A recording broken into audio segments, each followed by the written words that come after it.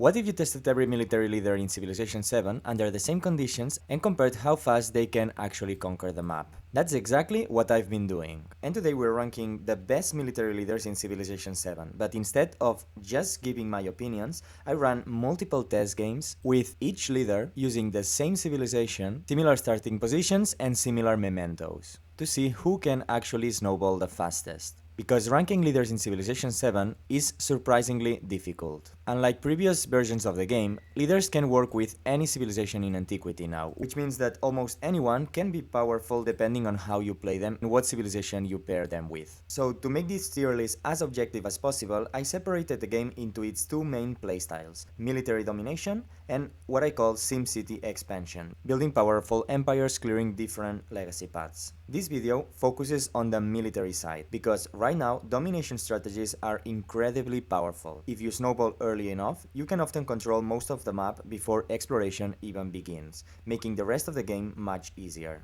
So the biggest thing we are evaluating today is how well each leader performs in antiquity when building that first army and starting the conquest snowball. Some leaders have strong abilities later in exploration and modern, so we'll consider also that. But early conquest potential is the main metric. To make the comparison fair, every leader in this test is paired with Persia, the same civilization, with similar mementos and comparable starts. And during the video, we'll place them on a tier list based on how quickly and consistently they can dominate the early game, based also on how many capitals do they manage to take. This is part 1 of a larger project. Today we're ranking military leaders. In a future video, we'll rank the best SimCity leaders, and then we will combine both tier lists to determine the strongest leaders overall in Civilization VII. And this military tier list should also remain relevant even after the upcoming Feature Workshop update releases, since the core mechanics of conquest, combat, and army snowballing aren't really changing that much. So let's start testing the leaders and see who can actually take over the map the fastest. Before we start though, I want to quickly explain how these tests were done, because the setup is important for the comparison. If you just want to jump straight ahead into the tier list, you can skip to the timestamp on screen, but this section will give you the baseline reference we'll use to judge every leader. For all the tests, I played with Persia. The reason is simple. Persia has a very solid early military kit,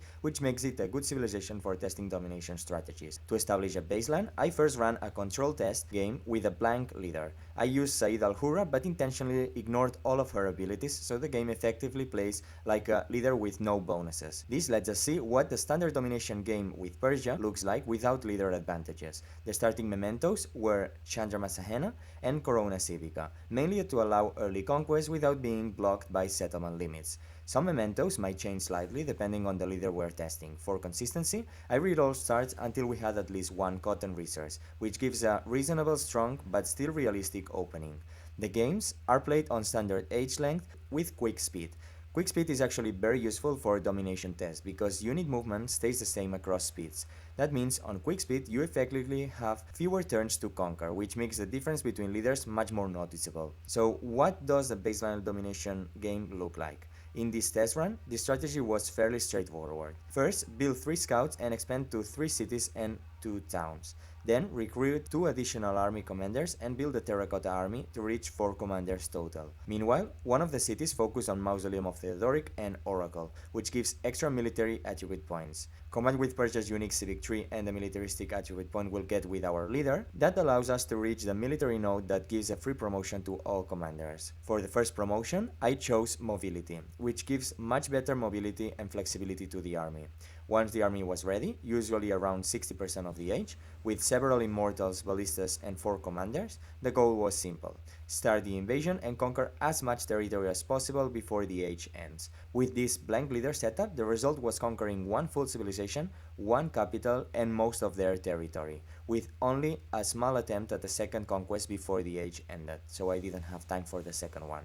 So that's our baseline. Capturing 1 civilization during antiquity is the standard result. Now the question becomes, which leaders can outperform that baseline and by how much? One important disclaimer though, sometimes the neighboring civilization can be easier or harder to conquer, depending on their abilities or how aggressively they expand. For example, fighting someone like Xerxes of Assyria can be much harder than attacking a leader who is not focused on military. So when we rank all the leaders, we'll also take these context factors into account. Now that we have that baseline, let's start testing the military leaders. We will start with Machiavelli, and Machiavelli is an interesting leader because he has his main ability to generate influence, and that's a very good thing for war support, for example. But what really surprised me is actually this main ability of gaining 50 gold per age when a diplomatic action is accepted or 100 if it is rejected. And the thing is that I didn't used to think that much about this as being very good, because endeavors actually cost quite a bit of influence, and even though he gets some influence, I didn't think it was the best route to go for. But I was really surprised, especially because when you are trying to do an open borders, it only costs 24. It costs way less than doing an endeavor, less than half, I would say, normally, because I think when he is friendly it will cost less. So doing open borders from the very start of the game actually is a very viable way to get some extra gold and buy some extra units with that gold, and early on that is massive. It can really help your early game. Thanks to that ability, I managed to conquer one capital, so this one, that would be the capital of Lafayette, Sheila. And then I also managed barely to capture the capital of Carthage, so the capital of Blackbeard. And this was barely, like I didn't have that many turns to spare. So Machiavelli kind of surprised me in his early game with his very early income of gold. So as I said, I was really surprised, and I will put Machiavelli in the B tier. I usually had him lower, but he kind of surprised me, just so that we get an idea of how these tiers are gonna work out. So in terms of these leaders that you can see here, which are the military leaders, I don't think anyone is gonna be going in the D tier, because the D tier would be like a blank leader conquering only one civilization, and none of them are blank. Some of them are way better than others, but none of them are blank. So the D tier will be reserved for later when we put the SimCity leaders in terms of military, and some of them have some military abilities and some of them maybe not. But in terms of military, Machiavelli is gonna sit comfortably in the middle, so in the B tier, which is gonna be for leaders that can conquer two capitals, maybe not as reliable as leaders in the A or S tier, but can normally conquer two capitals, but in some cases maybe you don't manage to do that. Next, we're gonna talk about Harriet Tubman. Now, Harriet Tubman is a leader that I think a lot of people like, and I'm not completely sold on her, because the thing is that she will get that massive war support when they declare war against you, but she's relying and dependent on the AI declaring war on you, which normally can happen in the very early war. But my thing is like, okay, if they declare war on me early and I don't yet still want to conquer because I want to wait until I have a proper army, I am afraid of making peace, afraid that they won't declare war on me again when I do want to go to war. So I don't know, it feels like you're too dependent on the AI when do they declare war, and on top of that, if one of them declares war on you and you conquer their capital, okay, there's no guarantee that the second one or even the third one might actually get to declare war on you. So while there's really fun strategies in terms of this war support, and you can pair it with some very good mementos, I didn't use it now, but mementos that give you an extra 2 war support when they declare war against you and stuff like that, I do think that war support is something that is a little bit overvalued,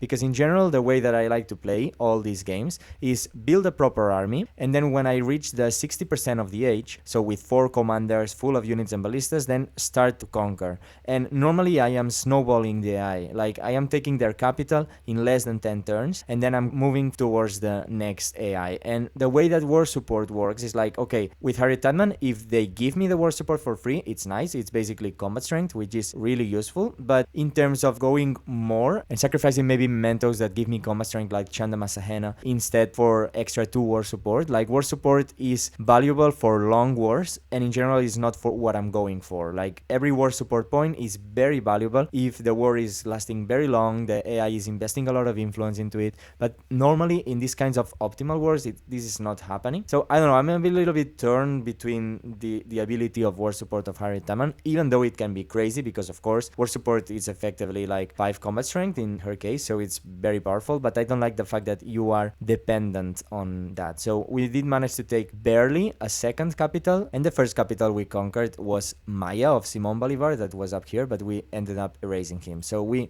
barely managed to take the second capital. So kind of similar than Machiavelli, but I do think that she has higher potential, and I do see her potential. I do see that she can be really useful. I wouldn't say when you get to the AI to declare war on you, she is more reliable in taking 2 capitals. Maybe in some cases I could see it going a little bit further. In those cases I see her being more reliable than Machiavelli, so that's why I'm gonna be putting her in the A tier, but she's a difficult leader for me to rank. Now for Simon Simon Bolivar. Now, Simon Bolivar, I have to recognize that it's not one of my favorite leaders in terms of military. I do see his abilities as kind of being a bit blank. Like, he gets 1 extra war support, Harriet Tubman was getting 5, and okay, granted, this is in all wars, but it's only 1, so I do see it as being a little bit weak. The unrest does not prevent purchasing, is useful, but it's not game changing, I would say. You can do some combinations of like Persia, buying Paradisa and healing more, but I don't know, I'm not really fully convinced. And then, okay, when you conquer a settlement, you can purchase 1 constructible for free. It's a little bit dependent on what the AI has already built or not.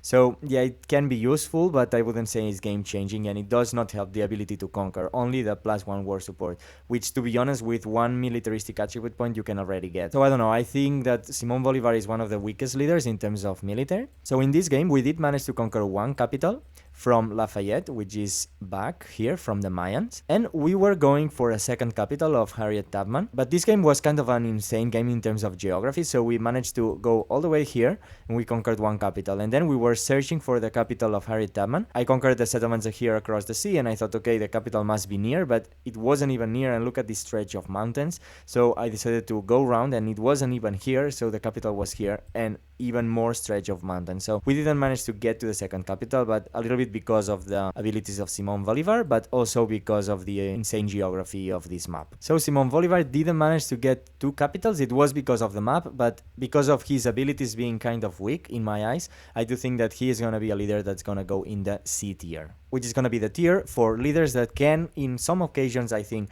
conquer 2 capitals, but maybe not as reliable, and their abilities do not help them that much. And now Gengis Khan. Gengis Khan is a very powerful leader because he will give a massive combat strength basically always, because you're normally always in a command radio, so +5 to cavalry units, it's totally massive. It's kind of like Charlemagne. Plus, his commanders will get a little bit of extra movement, which helps, but it's not as good as other leaders like, for example, Napoleon Revolutionary. But he can convert independent peoples once per age per commander, which is actually something not to sleep on because it's quite useful to get a free army. So he has a way of getting free army. Now, in terms of the game, in terms of the actual game, this was actually a very fun game because we managed to take 1 capital here of Napoleon, so Roma. Then we managed to take Ursa Ryan from Augustus, so 2 capitals, and take a look at that. So this is the last turn of the age, and I think I have never been so close to taking a 3rd capital. Just take a look at this poor unit. I have no movement left, so yeah, it's a little bit unfortunate but yeah, so I cannot do anything about it, and the age is ending. So almost 3 capitals. So we did manage to capture 2 capitals on almost the 3rd one. Now the thing with Gengis Khan is that I think he is S tier material. For the moment, I think I will be putting him in the very, very top of A. He could easily be in the S tier. But my thing with Gengis Khan is that he's reliant on cavalry units. And cavalry units, you get them like not mid-age, but more or less. So you're a little bit slower in terms of building up your armies. For later ages, he's incredibly strong. So in terms of other ages, he would definitely be in the S tier. For the moment, as we are beginning, and this is the start, I'm gonna leave him in the very top of A. Because for the moment, in the S tier, there's gonna be leaders that are able to capture very reliably 3 capitals, and I do feel like Gengis Khan could, but maybe in specific situations. Like most of the time he can, but maybe some games like the one that I did, you barely do not manage. So for the moment, I'm gonna leave him in the very, very top of A. He could be S, but for the moment, let's leave him here. And we get now Napoleon Revolutionary. And Napoleon Revolutionary is one of those leaders that really surprised me a lot. Like, he is so crazy. And maybe at first glance it doesn't seem like it because he has kind of a similar ability than Harriet Tubman. So it makes you think that he is also dependent on the AI declaring war. But his ability is much, much better than Harriet Tubman's because you only need the war to be declared once. You don't care when it's declared. You can make peace and then you can declare your own wars. You are not dependent every time that you want to go to war for them to declare war on you. Like, you just have to provoke one AI to declare war on you. You will get a free commander full of units, like full of infantry and range, but especially cavalry and a siege unit. And if this is an early war, getting a siege unit and a cavalry unit actually is quite crazy and it's quite powerful. And if you can time it correctly, you can time it so that you can get it like as a 4th commander maybe, and then Terracotta Army will manage to be the 5th commander, which is kind of crazy. So really powerful Napoleon Revolutionary. And the culture only helps helps. I wouldn't say it's the main thing of his kit, but can actually help. And the +1 movement to all units is especially helpful, especially if you take the mobility promotion. As you can see, take a look at how leveled up my commander is, and this is antiquity. Level 12 is insane. If you take the mobility promotion, the movement that these commanders get is kind of insane. You get 6 movement on all your commanders. Take a look, we can teleport our army from here to here, or even here. And not only that, in the early game for your scouts, you can scout them up so fast because your scouts can ignore vegetated terrain and rough terrain when they move, so basically you can explore them up very fast. It's like having merchant saddle, so it's really powerful and it's something not to underestimate.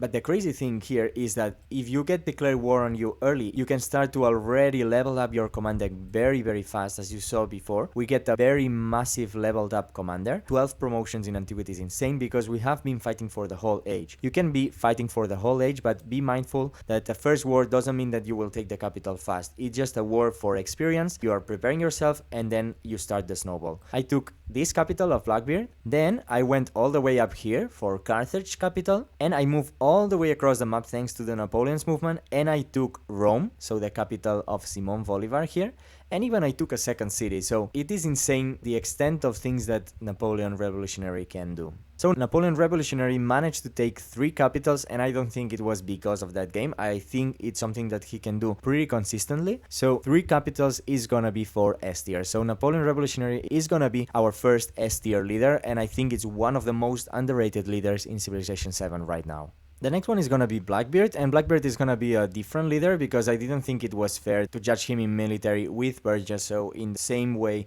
that I judged all the other leaders. I am just showing you here a game in exploration that I played with Iceland. So the way that Blackbeard plays is especially in exploration, so I did think that it was fair. And here in exploration, it's only turn 20 of exploration. We already have some 2 fleet commanders with a lot of units, and we're having fun, we are conquering a lot, and I'm sure you all guys know the potential that Blackbeard has. The fact that he can only conquer in naval games, especially depending on the map, can be a little bit tricky. So in terms of ranking him as a military leader, it's a little bit tricky. But my thing with Blackbeard, the main thing is that, I don't know, I'm not fully convinced with him because I do find that his game style can get quite boring very fast. Like, don't get me wrong, I have a lot of fun building my navy, starting to conquer and stuff, but when you're just like here with these units, I'm not at war with Hatshepsut, but her catapults are just like, maybe it was the map that it was this strait of ocean that it was very exposed to all units shooting at me. But I don't know, it was kind of very tiresome, the fact that depending on the tile that you place, like the catapults from a leader that you are not at war with can attack you. So I don't know, it was a little bit annoying this. Yeah, I don't know, so like I like the naval gameplay, but I get tired of it quite fast. In middle of exploration, I'm already tired of it. So I don't know, maybe this is just my taste. So Blackbeard is gonna be a special leader, and I do think I'm gonna put him in the B tier here. I do think he's better than Machiavelli because if you play his naval gameplay, he can be very powerful. He can get massive amount of units, massive amount of gold, so very powerful. And I do think it is quite fun. It's just my opinions of his games. Sometimes I get a little bit tired, but it is fine. So I do think that he is powerful. He's not as powerful as leaders in A tier because I do not think that he can consistently conquer 2 capitals in the same antiquity age. So Xerxes King of Kings is a very powerful leader because he will get just a straight up +3 combat strength when you are attacking in neutral or enemy territory, so not when you are defending. And you will get +1 settlement limit, you will get an extra boost of gold in all settlements and then doubled in the settlements that you conquer, and a massive gold and culture boost when you capture a settlement for the first time. Xerxes King of Kings is actually quite powerful and it's very solid, very consistent. If you're going for this strategy, you're going for attacking, especially combining it with Persia, you can get very good results. So in this game, we did manage to take the capital of Jose Rizal here, and I just didn't conquer this so that we could see what leader it was, because I could have deleted all the leaders in the map perfectly. So I conquered the full continent, as you can see here. I even conquered some city-states. So yeah, I conquered the full continent here and the capital of Isabella in Carthage, even though it was quite far away. And I conquered everything from Isabella, only leaving her with this settlement here. So I was very confident, very safe. I managed to conquer the full continent, only not deleting them just so that we could see what units there were. I'm at 15 settlements bombardment limit over 10. So yeah, it's a very powerful leader. The only problem with this game was that in my continent there were only 2 players. Sometimes that happens. It was quite unlucky that this happened, because normally in a standard map there should be 3 players with you, but sometimes it happens that there are only 2, and it's pretty annoying. But I wasn't like rushing to get to the second capital. I had times to spare, even though it was very far away, so I could have captured perfectly a third capital here. So Xerxes King of Kings will be a very consistent and reliable leader, and I do think that he can consistently take 3 capitals. So I think I'm gonna, for the moment, put him here above Napoleon, just because he's very consistent in terms of combat strength. And Napoleon Revolutionary, the only thing that he is missing is combat strength, so you have to rely a little bit on your Mementos, while Xerxes gets the combat strength, gets Corona Civica basically, so you can kind of boost further combat strength with your Mementos, so you have a little bit more flexibility. For the moment I will leave it like this. For sure the Esther, I will end up modifying the spots and the order, so don't worry about that,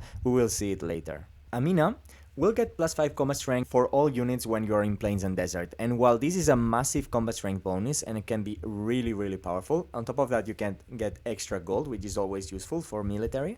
But the massive combat strength sounds really nice, but the thing is that it's very dependent on the map. So I did play this game on Pangea maps to give her a little bit more options, but the thing is that I did manage to take 2 capitals, so here the one of Egypt and here the one of Greece. But the thing is that I was able to cherry pick a little bit what civilizations I wanted to attack based on the terrain that they were in. So I don't think it's also that fair to compare it like that, because I was able to cherry pick who I wanted to conquer, but I was able to conquer 2 capitals with spare time. So she is very powerful, very consistent, but if you're playing on Pangea and if you can go against only certain AIs. So while I think she is really powerful and has a very high ceiling in terms of combat strength, the thing is that she can conquer 2 capitals reliable, but only I would say in Pangea, or maybe in some cases in a standard continents and islands map. So I'm gonna put her above Machiavelli. I don't want to put her above Blackbeard, because in their own map I think Blackbeard can do much more damage than Amina can, because Amina, even if you're playing on Pangea, not everyone is gonna be on plains and deserts, while Blackbeard, if you're playing on Archipelago, everyone is gonna be on the sea. So I do think that Blackbeard is better than Amina in their own territory. Trung Trac is a leader that I actually have a lot of fun with. You will get a free commander at the very start of the age, when you can do it basically in turn 1, and it's gonna be a special commander, and we will talk about it now because I do think that it is quite interesting, this commander. Apart from that, she gets extra commander experience, and you get extra science when you are in a formal war. So I do really like her commander, her Trung commander, because she gets these 3 that is only unique to this commander and only unique to Trung Trac. So the thing that I really like about this is that all these bonuses are really powerful. So you get +5 combat strength to all units in tropical terrain, kind of similar than Amina, but on tropical. Then +3 combat strength when there are at least 2 enemy units adjacent. Then +5 combat strength against fortified district, flat on, very powerful. And then +5 combat strength with coordinate attack and focus fire, also really powerful. So I do really like these 3, that like it has very good potential, very good abilities. The thing that I think Trung Trac is missing is the fact that you only get one of these unique commanders. So basically all these bonuses you will only get it in your command radius. And while in Antiquity I do think it's powerful, because in general when you're conquering, you are gonna be conquering with one army and going at one time at the same time. Maybe even if you wanted to split and conquer more, late game in the age you have to split your army, and then you would be losing on all these very good bonuses. So I do think that this is like a thing to take away a little bit from Trung Trac. Like if you are next to your commander, she is very powerful, but then maybe not so much. This game in particular is also a recency bias, because I did manage to conquer 1 capital, but it was the first game that I played with Persia this way, so I wasn't really like full on accustomed to the way of calculating the number of capitals that she can take. So I did conquer 1 capital, and I entertained myself in conquering all the other cities from Confucius, but I do think that I could have taken like a 2nd capital here, for example from Isabella, easily, if I had just conquered Chang'an and then went straight up for Isabella or even Charlemagne here. But yeah, so I do think that Trung Trac can conquer 2 capitals very reliably, but in exploration maybe she will struggle a little bit, because you will only get one of your Trung Trac commanders and their bonuses will only be in one of your fronts of your war. So I do think that she is better than Machiavelli, but I wouldn't put her above Amina. Lafayette is an interesting leader because he's probably one of the best leaders that you can take in terms of combat strength in the modern age. But in antiquity, he doesn't really shine that much. He can get a little bit of combat strength from traditions, which is nice. He can get a little bit of early culture, but his main shine is in later ages. He also has the ability to generate a little bit of extra happiness, which will help you a little bit to go over the settlement limit a little bit. So in the actual game that we played, it was a little bit unfortunate because it was a really weird game. Because even now here you can see that there's Jose Rizal.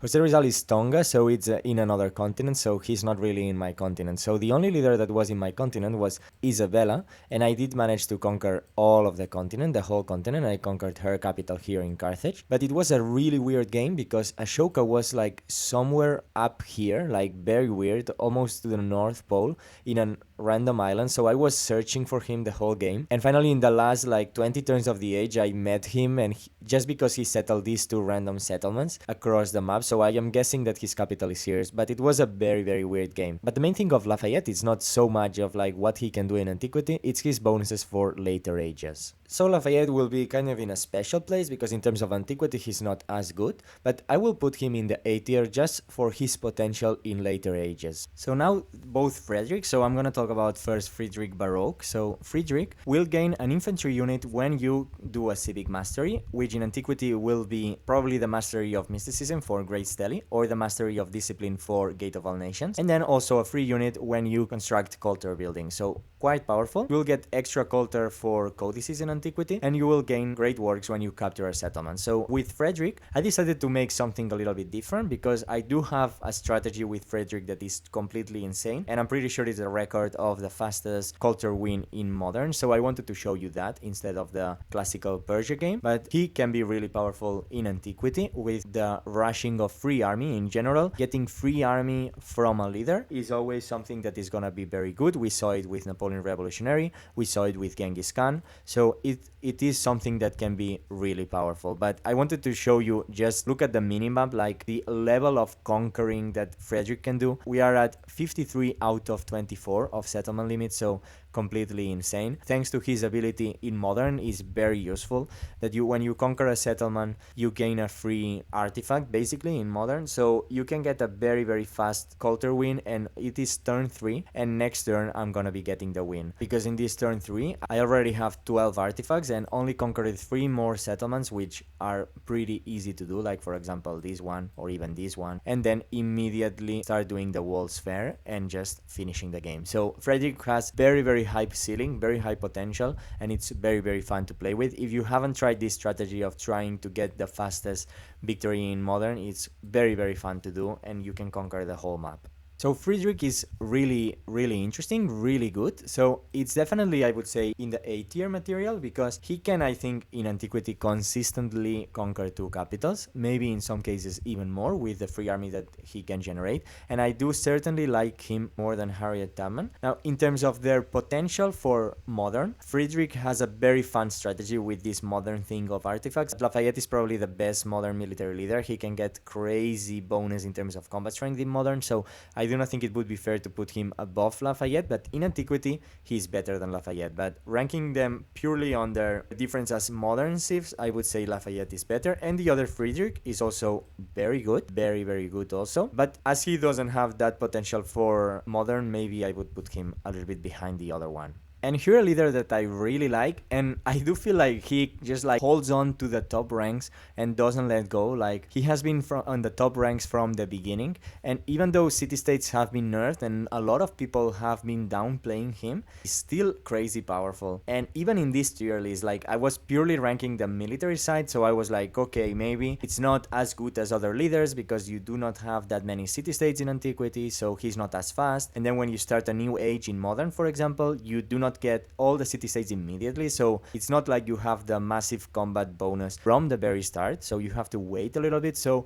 because of all these reasons, my logic was like saying, okay, he will not be as powerful as the leaders in the S tier, and he will probably not be able to capture in antiquity 3 capitals. But boy, I was mistaken. Like the fact that his combat bonus from city-states is so good. Like, if you fully play on city-states, I managed to conquer 1, 2, 3, 4, 5 city-states in antiquity because I was just like focusing fully on exploring the map and getting as many city-states as I could. So thanks that I am also using Wampum Belts, his Memento, I am getting plus 10 combat strength in antiquity, and this was crazy good. Like, look at that. I conquered Roma, so I conquered the capital of Ada Lovelace. Then I conquered Bac, the capital of the Mayans of Simon Bolivar, and even I had time to go down here and conquer the capital of Friedrich with the capital of Mississippi. Granted, this was a little bit rushed, like little time, but he did manage to conquer 3 capitals, which really surprised me, because I wasn't really thinking about putting Tecumseh in the S tier. I really wanted to put him in the top of A, because I really thought that he was that dependent on the time, that he was not so like early game, and it's true, he's not early game, but his ceiling is so high that he still hangs on to that S tier, even though I was determined not to put him there. Like, I do think that this leader is kind of insane. So in terms of inside the S tier, later I will order it better, but I think for the moment I like it like that, because I do think that Napoleon Revolutionary can be very consistent every time, and Tecumseh's ceiling is higher than Napoleon's ceiling, but for the reliability, I would say for the moment I will leave it like that. Maybe later I change it, because also I was using War Club with Tecumseh, and I could have been using War Club with the other leaders also, even though with the other leaders I didn't focus that much on the city-states and I focused on other stuff, but still, I do think that it is fair for the moment to put it like that. And now Ashoka World Conqueror. Ashoka World Conqueror is a very good leader, and I do like him a lot. He has the ability to generate extra production in your city, so just at the very start of the game, if you settle on fresh water, you will already have an extra 1 production. So that is a lot of extra tempo, that it's not something to joke about. You will be getting a boost on production, which is already very powerful. And on top of that, the main thing for me is that he will get plus 5 combat strength against fortified districts for all units during a celebration. That allows you either to double down with your mementos with Chanda Masahena, and you will get plus 10 combat strength against fortified districts, so you will be erasing walls very fast. Or you could also replace that with a memento that is giving you combat strength against units, so you are more well rounded up in that sense. This game in particular was also a really weird game, because there was unfortunately only 1 player in the map, so I erased the whole map. So as you can see, there's not a single settlement I could have taken, just to show that it is totally possible to conquer the full map. So I would have been able for sure to conquer 2 capitals, and probably even a 3rd one, because the massive tempo that he has really ends up helping him. So I will be putting him in the S tier for the moment.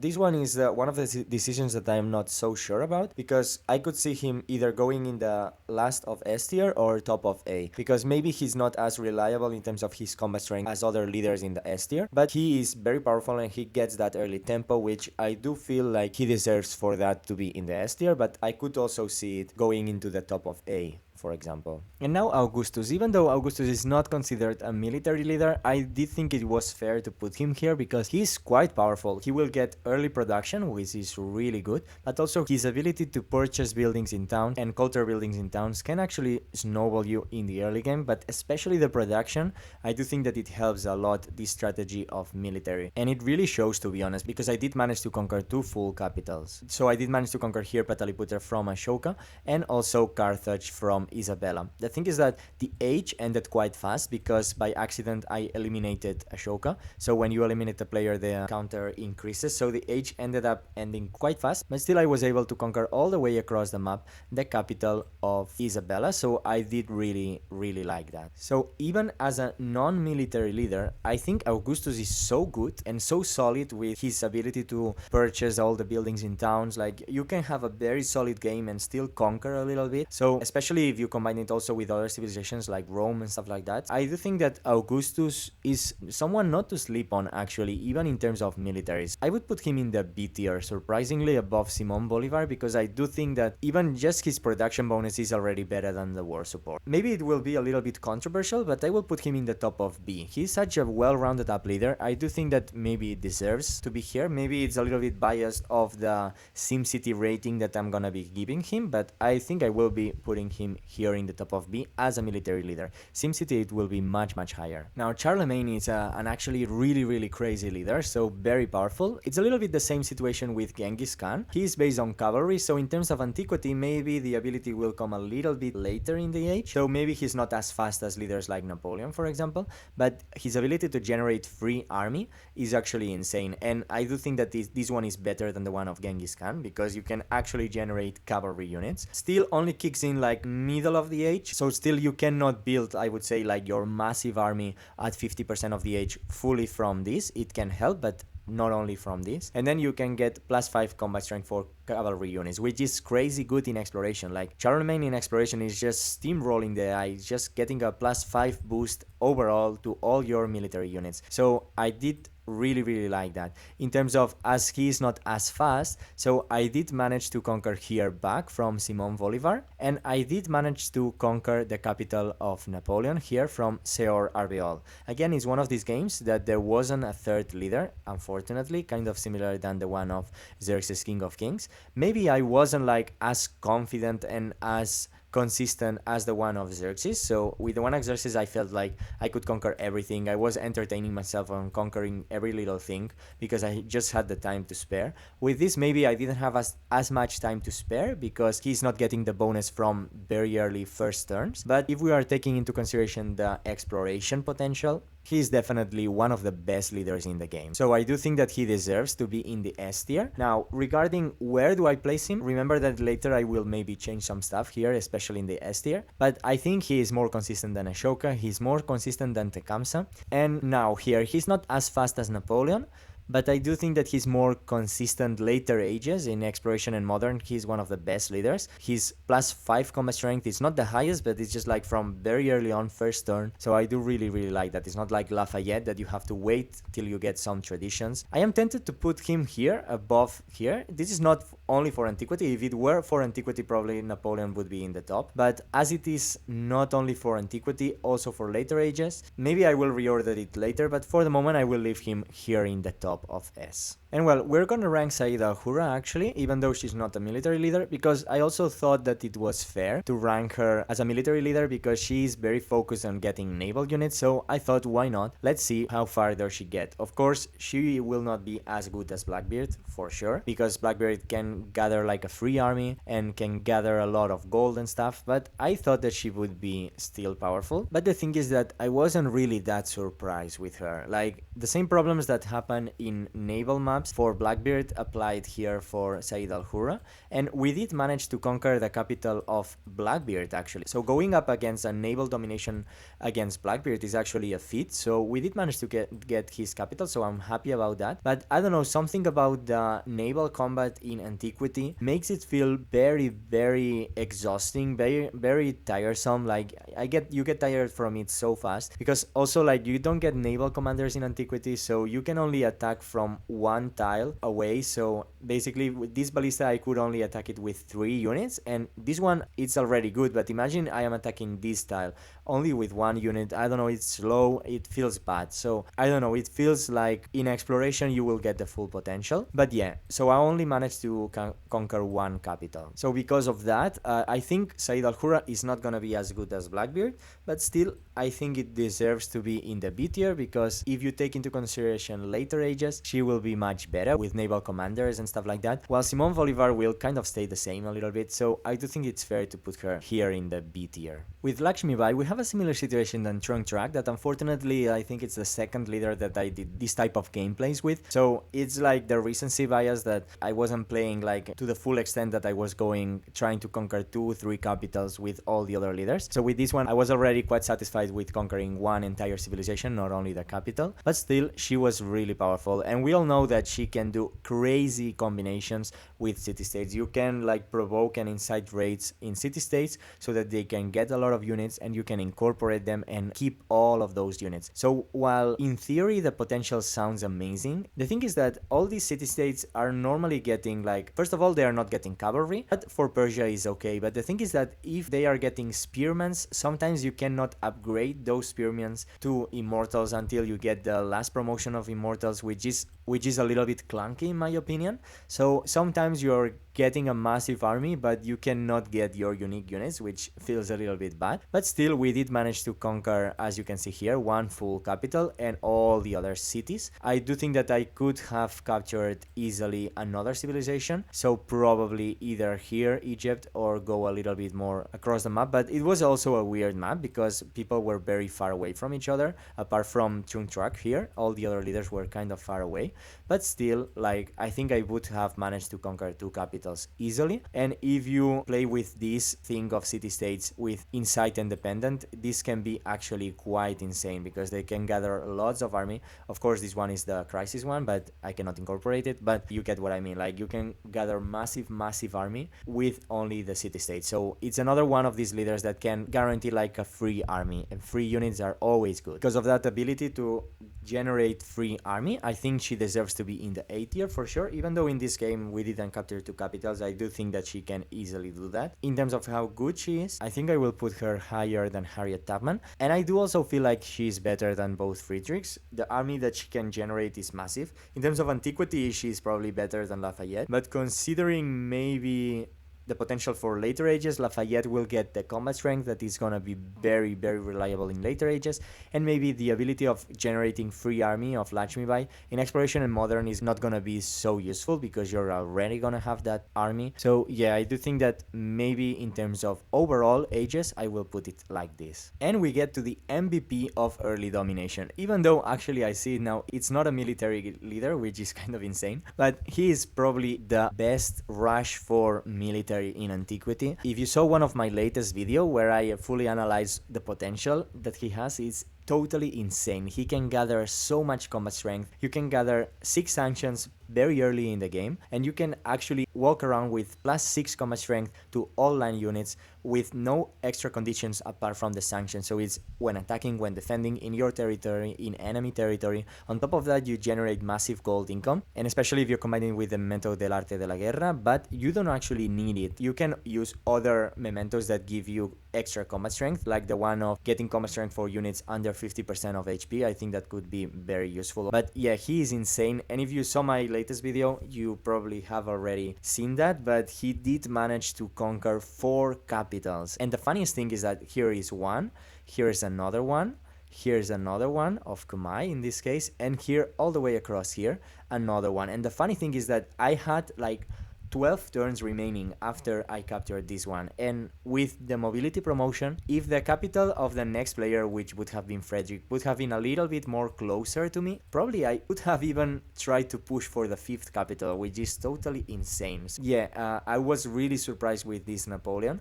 And I do think that Napoleon Revolutionary has a similar ceiling, but maybe not as high as this Napoleon. The other Napoleon, I would say it's a little bit more safe. Like, you feel a little bit more safe with him because they declare war on you, you get a free commander, so you're not that afraid of the AI declaring war on you, and then you can just have a very nice game from there. This one is like risky, you have to anger a lot of people, but still, like, the reward is massive, so he definitely deserves to be in the S tier in terms of military. He is definitely better than Ashoka. I would say he's better than Tecumseh, at least in antiquity. Better than the other Napoleon, I would say. So I'm a little bit torn between, if this was only antiquity, this would be like this. This would be like this, no doubt. Like, best military leader in antiquity, no questions asked. But if this is analyzing the whole game, I think I feel more confident putting it like that, maybe even like that, because the good thing about Xerxes is that he gets +3 combat strength, but Napoleon, if you manage the sanctions properly, like, he can get a flat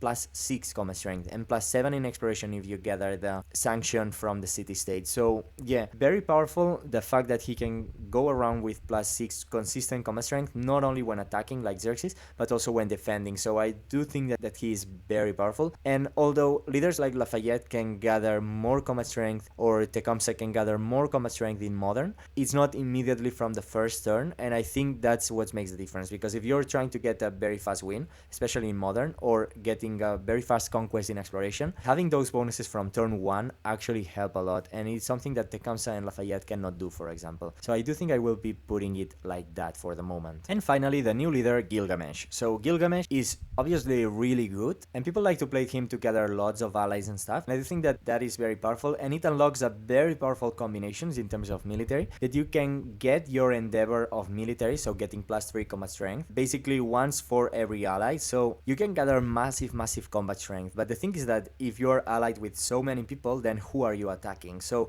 there's a little bit of a balance to find there, like, but still being able to send two militaristic endeavors just with one ally is already very powerful, and it is something not to sleep on. So in this game I went for only one ally to guarantee the +2 war support, while also being able to send the militaristic endeavor to that ally and the militaristic endeavor to another player, and that worked out well actually. So I did manage to conquer 2 full capitals. So if we take a look here, we can see the capital of Egypt here, and here we will be able to see the capital of Khmer of Trung Trac, and I did have one ally in Ada Lovelace, and that was really helping us because I could have all these endeavors running. So yeah, that was really good for Gilgamesh, and I do think that he has higher ceiling than that, maybe not in antiquity, but especially in later ages when you already find more leaders in the map, especially in the distant lands. You can have 3-4 allies and you can translate that into +12 combat strength, which is really insane. But again, if you have that many allies, it's not like you're gonna conquer everybody in the map, so it's finding a nice balance. So it's not totally domination, but still the domination victory that you have in general, it's not about conquering everybody. So I think that he's a very powerful leader. So because of that, and also because of his potential of exploration and modern, I think he definitely deserves the A tier. Of course, he conquered very easily 2 capitals, so he's better I think than all of these ones. I would say he's better than Lafayette, because he can, if you are just leaving for example in modern 1 leader to conquer or 2 leaders to conquer, you can gather like a higher combat strength than Lafayette from turn 1, which is already better than Lafayette. So I do think that he is better than Lafayette. Now in terms of Gengis Khan, I do think that Gengis Khan, now seeing all these leaders, I do think that he should be going into the S tier, because he did almost manage to capture 3 capitals, so I wouldn't think it was fair to leave him here in the A tier. And in terms of who is better, actually for later ages, I will say Gengis Khan is better than Ashoka, so I will leave it like that. I think I'm much more satisfied with that. And Gilgamesh, depends on how you look at it, like he could go into the S tier, because he can get from turn 1 a lot of combat strength, like I said, but it's tricky because it's like, okay, you can get a lot of bonuses, but you cannot really go against anybody and against everybody. So I'm gonna leave him in the very top of A for the moment. So I think I'm gonna be leaving it like that. In terms of, do I want to change any of the order of the tier list? So yeah, Ashoka definitely the last, then Gengis Khan. Now in terms of Tecumseh, I could see it going either way, but the thing is that Napoleon Revolutionary is very fast and very consistent. So if you can snowball in antiquity, you can snowball for the rest of the games. I do think that Napoleon Revolutionary in this tier list, surprisingly, it's gonna be higher than Tecumseh. The one that I'm not really sure about, because the other ones I'm pretty sure about, the one that I'm not sure about is Xerxes King of Kings, because he only gets +3, but I don't know, there's something about him that really works well. Like he gets gold, he gets combat strength, he gets settlement limit, so I could see it going like this, to be honest. Like maybe actually I'm gonna be putting it like this, because Xerxes is only getting +3, so in later ages it's not as powerful. So I think I'm gonna be leaving it like that. But in terms of antiquity, he's much more powerful because +1 settlement limit really helps him. But yeah, I think I'm gonna be leaving it like that. And I'm not fully satisfied with Charlemagne being the best leader. Like he is of course amazing, but I think it depends on your opinions and what age are you giving the most weight to. Because if you give the most weight to antiquity, I would say Napoleon Emperor is the best leader. But if we're taking a look at later ages, I think Charlemagne is the best leader. In antiquity, you build up your army and then you have a massive bonus. You can go over the settlement limit. So yeah, I think I'm gonna be leaving it like that. So this is gonna be the tier list of military leaders. Now we're gonna add in this tier list the SimCity leaders, but just in terms of military. So a lot of them are gonna be going in the D tier. Doesn't mean they are bad, but just that they do not have any particular domination ability. In the future, I'm gonna be doing a tier list of the best SimCity leaders and also including all these military leaders in that tier tier list, and then we will put both tier lists together to make an overall best leaders in the game. So here they are, and first I'm gonna start putting all the leaders that I do not think that have any special abilities in terms of military in the D tier. So for example, Ben Franklin will be in the top because he does have a little bit of production. But then the rest of the leaders, I'm gonna be putting them here because they do not have anything in particular that give them the ability to conquer. And we're gonna be left with these 5. So these 5, I do consider that they do have some kind of special ability that makes it a little bit easier if you want to play domination, even though it's not the main way of playing them. So first of all, Ibn Battuta, he's definitely better than Simon Bolivar in my opinion, because he does get 2 attribute points and you can put one of them in military and you already have the same amount of war support. So I do feel like Simon Bolivar should get a little bit buffed because of that. So Ibn Battuta, very flexible leader. I could even see it possible to play a military. If you choose 2 military combat strength mementos, then he's so flexible that you can focus your attribute points into the military side and you can get a free promotion from all your commanders. So I do think that that is a nice option. Then Isabella, I'm gonna be putting her in the top of C because it's very RNG dependent, but depending on the wonder, if you get a very good production wonder, actually you get a massive boost early game, kind of like Augustus, and you can do some conquering. So if you get a very good wonder, she can be B tier, but to take into consideration that RNG part, I'm gonna be putting her in the top of C. Then Pachacuti, that also gets a lot of production. As you can see, there's kind of a trend. If a SimCity leader gets production, normally I'm going to be ranking them a little bit higher in terms of domination, because if you have production, you can build an army. And I think in my opinion, he can be better than Sayyida Al-Hurra in terms of domination. And then we're left with the 2 leaders that I think that they have a special ability, which is the ability to go over the settlement limit. So Himiko High Shaman gets the ability to go over the settlement limit, not as much as Ashoka that we will talk about now, but I'm going to be putting her like here, so in the B tier. But especially for Ashoka, the ability to go over the settlement limit almost infinitely, it's so powerful. Right now in the current version of the game, it's not as relevant because almost everybody can go over the settlement limit. But when the test of time releases, so in the future workshop, actually that the settlement limit has been nerfed, there's a cap there. So he's gonna be probably one of the only leaders that can really go 20 over the settlement limit. And in terms of domination, that is gonna be very powerful. So I could see it like after the test of time releases, I could truly see him going into the S tier. Right now he's not S tier because of course he does not have any special abilities.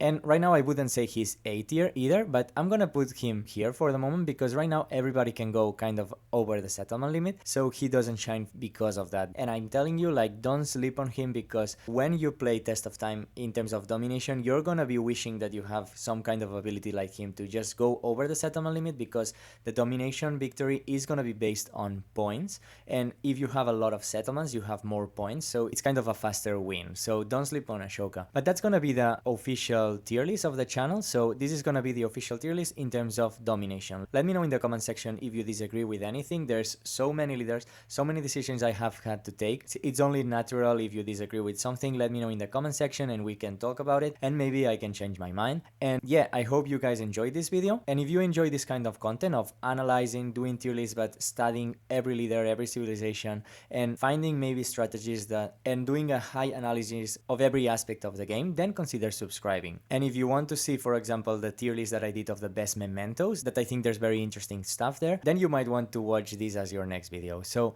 thanks a lot for watching, and I will be seeing you in the next one.